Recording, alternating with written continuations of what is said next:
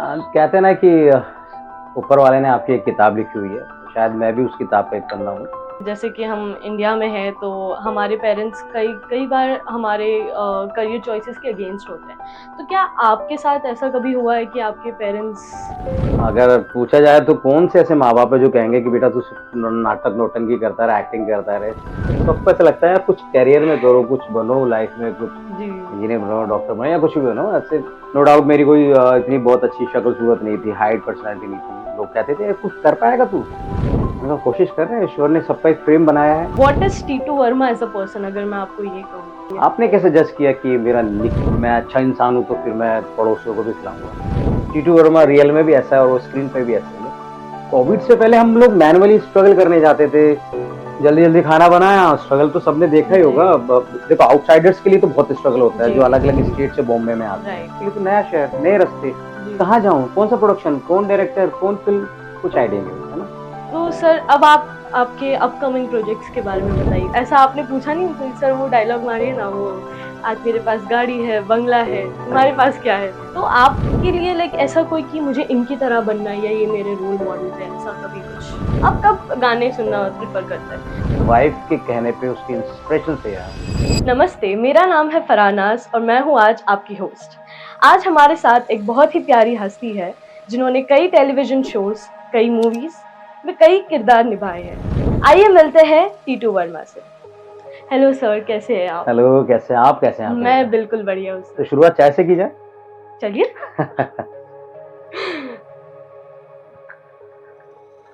पूछिए। तो सर आप बताइए कि आपकी लाइफ जर्नी के बारे में। आपने इतने सारे बड़े बड़े सेलिब्रिटीज के साथ काम किया है। आप कुछ भी बन सकते थे लाइफ में, engineer, civil engineer, doctor. Why did you choose to become an actor and what was your journey. कहते हैं ना कि ऊपर वाले ने आपकी एक किताब लिखी हुई है, तो शायद मैं भी उस किताब का एक पन्ना हूँ। मैंने कभी नहीं सोचा था कि मैं एक्टिंग लाइन में आऊँगा। ये बाय डिफ़ॉल्ट हो जाता है, शायद समय आपसे करा लेता है। जी। एक्चुअली मुझे याद है जब मैं 5th क्लास में था, बहुत छोटी-सी स्कूल में पढ़ते थे जयपुर शहर में। तो वहाँ एक 26 जनवरी के टाइम पे बच्चों से प्ले वगैरह कराते, तो एक छोटा-सा कैरेक्टर मुझसे एक अंधे नगरी चौपड़ राजा करके एक प्ले था, तो उसमें जी। एक राजा के जो पंखा जलता है, वो एक याद है मेरे को हल्का-सा। वो बचपन की बात थी, उसके बाद मैं भूल गया एक्टिंग थिएटर क्या होता है, कुछ नहीं पता था। जब मैं 11th क्लास मैंने जब पास आउट की, तब मेरे एक फ्रेंड था जो कि कहता था यार मैं प्ले-व्ले करने जाता हूँ, तो प्ले मैं समझता नहीं था प्ले क्या होता है, बोला थिएटर एक्टिंग वगैरह। तब मुझे पता चला कि इसकी भी कोई चीज़ होती है, तो जयपुर में एक रवींद्र मंच है, जगह है, वहाँ पे मैं गया गर्मी की समर वेकेशंस में। तो मेरे गुरु हैं साबिर खान, उनकी वर्कशॉप चल रही थी, तो मैंने बस वो जॉइन कर ली। तब से वो रंग यात्रा जो थिएटर की या एक्टिंग की जो कहते हैं कि जो एक ट्रैवल था वो जी। स्टार्ट हो गया। ये मेरी शुरुआत हुई। मैं एमेच्योर थिएटर स्टार्टिंग किया मैंने, ओके। 11th क्लास से शुरू हो गया था, तो बस ये इस तरह से मेरे को इस लाइन में आने का एक मौका बोल दीजिए या शुरुआत बोल दीजिए, ऐसे ये हुआ स्टार्ट। ओके। तो लाइक ऐसे जैसे कि हम इंडिया में हैं तो हमारे पेरेंट्स कई कई बार हमारे करियर चॉइसेस के अगेंस्ट होते हैं। तो क्या आपके साथ ऐसा कभी हुआ है कि आपके पेरेंट्स कहीं लाइक जगह पे खुश या सहमत नहीं थे इस डिसीजन से। अगर पूछा जाए तो कौन से ऐसे माँ-बाप है जो कहेंगे कि बेटा तू सिर्फ न नाटक नौटंकी करता रहे, एक्टिंग करता रहे।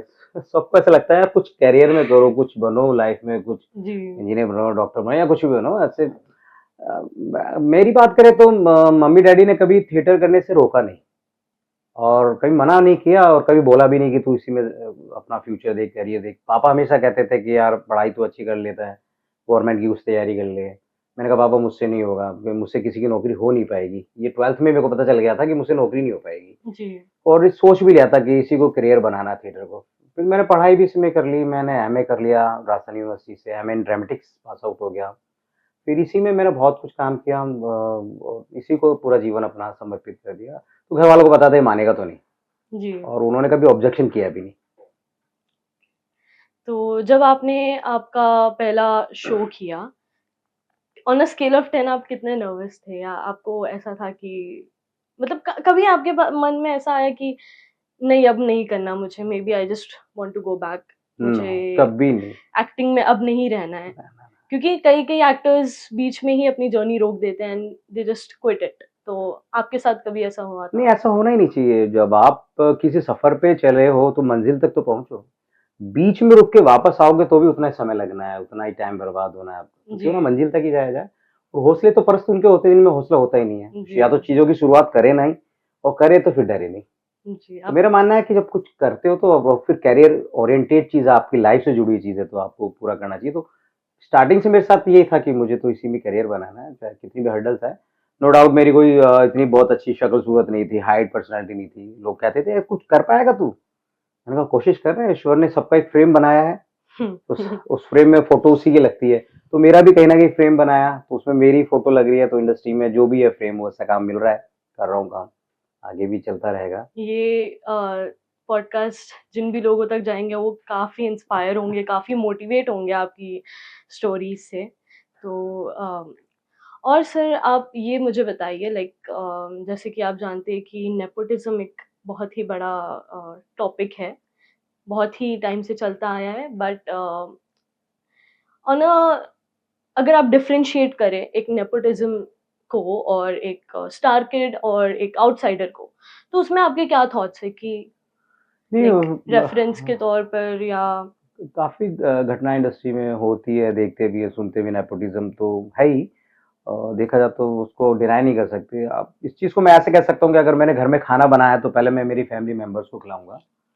उसके बाद अगर मैं अच्छा इंसान हूँ तो फिर मैं पड़ोसियों को भी खिलाऊँगा।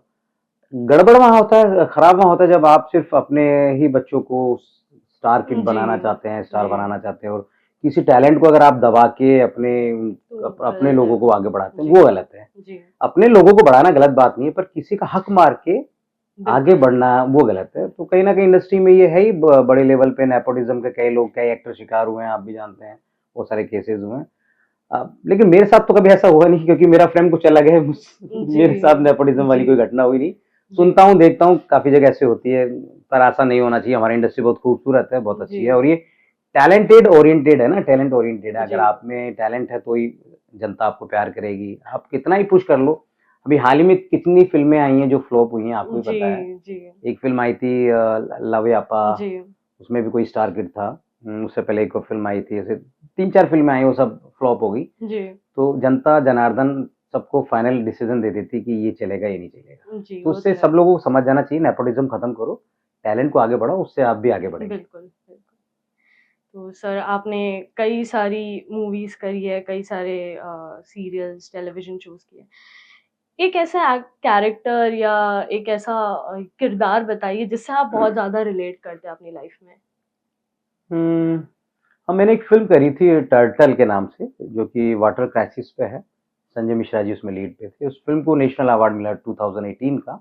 उसमें ननकू नाई है जो बड़ा ही बदमाश टाइप का आदमी, मतलब गाँव में इन्फॉर्मेशन देता रहता है अच्छे के लिए। यार ये सरपंच गड़बड़ कर रहा है, इसको सही करने के लिए, मतलब वो ये दोनों ग्रुप को एक करना चाहता है। तो वो बड़ा ही चंचल, बड़ा ही मतलब बहुत एनर्जेटिकल कैरेक्टर था। तो वो जो रियल लाइफ में मैं हूँ, वो कैरेक्टर वैसे ही था। तो मैंने अपने आप को उससे रिलेट किया। आप ज़रूर देखिएगा टर्टल फ़िल्म को, जी, जी, बहुत अच्छी फ़िल्म बिल्कुल। है। पानी को लेके राजस्थान में शूट हुई थी। 45 डिग्री पे हम लोगों ने शूट किया था। 45 डिग्री हाँ। सो ये कहाँ था लोकेशन? राजस्थान में जयपुर के पास एक जगह है चौमू, वहाँ अंदर जाके और 3-4 जगह और हुई है। 45 डिग्रीज़ में हाँ, आपने गर्मी में शूट किया, real wow that's location, real माहौल अमेज़िंग। और वो था किया, संजय सर ने भी किया, हमने भी किया, सब लोगों ने किया मिलके और ये मेहनत करी तो रिज़ल्ट भी आया, नेशनल अवार्ड भी मिला हमारी फ़िल्म को। Wow that's amazing.